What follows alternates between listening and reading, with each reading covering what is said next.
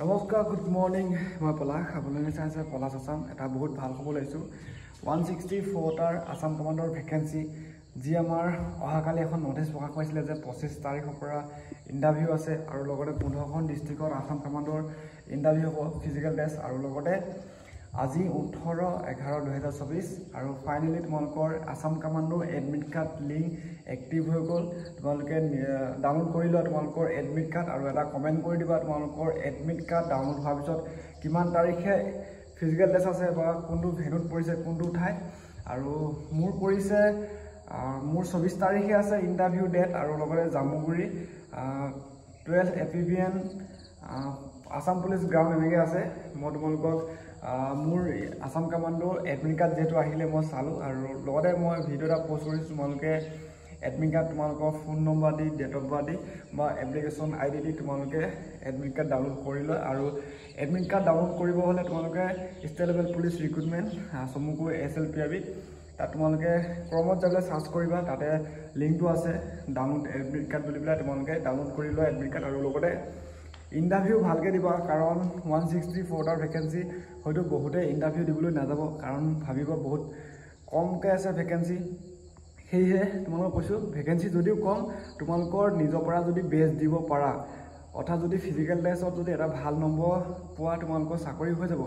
কাৰণ ভেকেঞ্চি যিমানেই নহওক, এটা হওক লাগিলে 1 লাখটা মানে ভেকেঞ্চি হওক, একো নাই, তোমালোকৰ নিজৰ পৰা বেষ্ট দিবা, চাকৰি হৈ যাব। আৰু লগতে গম পাইছা ফিজিকেল টেষ্টত 80 মাৰ্ক আছে আৰু লগতে 80 ভিতৰত তোমালোকে যদি বেছিকৈ নম্বৰ পোৱা, তোমালোকৰ ফিজিকেল টেষ্ট পাছ কৰিবা। লগতে তোমালোকৰ অৰেল ভাইভা যিহেতু 20 মাৰ্ক আছে, পৰীক্ষা নাই, এক্সাম নাই, চিন্তা কৰিব নালাগে।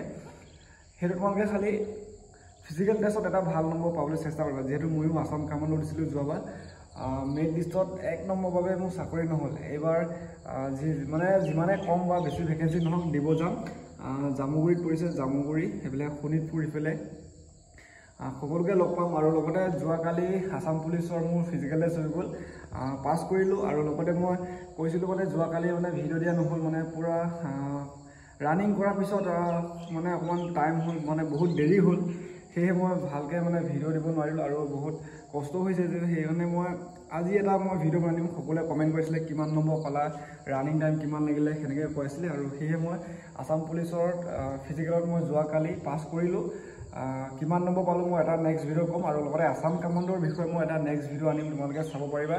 এয়া হাইট কিমান লাগে, চেষ্ট কিমান লাগে, আৰু লগতে মই ভিডিঅ' পষ্ট কৰিছোঁ কিমান ৰানিং টাইমত মাৰ্কছ, লং জাম্পৰ মাৰ্কছ, চিন-আপৰ মাৰ্কছ, 100 মিটাৰ কিমান ছেকেণ্ডত সোমালে কিমান নম্বৰ দিয়ে, মই ভিডিঅ' পষ্ট কৰিছোঁ, তোমালোকে চাব পাৰিবা। আৰু লগতে যদি চেনেলটো প্ৰথম চাই আছা, পলাশ আছাম ইউটিউব চেনেলটো ছাবস্ক্ৰাইব কৰি দিবা। আৰু যোৱাকালি ফিজিকেল টেষ্টত কিমান নম্বৰ পালোঁ মই নেক্সট এটা ভিডিঅ' দিম, তোমালোকে চাবা। আৰু লগতে যদি চিন্তা কৰি আছা আছাম কমাণ্ডো 164টাৰ ভেকেঞ্চি বহুত কম হয়, মই ইণ্টাৰভিউ দিব নাযাওঁ, যদি চিন্তা কৰিছে সেইটো ভুল ধাৰণা, ইণ্টাৰভিউ দিবলৈ যাবা। আৰু এপ্লাই কৰিছে প্ৰায় 1,60,000 কেণ্ডিডেট এপ্লাই কৰিছে। আৰু 8টা যে এই খেলৰ চাৰ্টিফিকেট লাগে, তাত বহুত কম সংখ্যক এপ্লাই কৰিছে। সেয়েহে তোমালোকৰ পৰা বেষ্ট দিবলৈ চাবা। আৰু যদিও ভেকেঞ্চিটো কম, একো নাই, খালি ভালকৈ ইণ্টাৰভিউটো দিবা। আৰু আজিলৈ ভিডিঅ'টো ইয়াতে শেষ কৰিলোঁ। আৰু মই কিমান ফিজিকেলত মাৰ্ক পাইছিলোঁ, অহাকালি এটা ভালকৈ মই ভিডিঅ' দিবলৈ চেষ্টা কৰিম।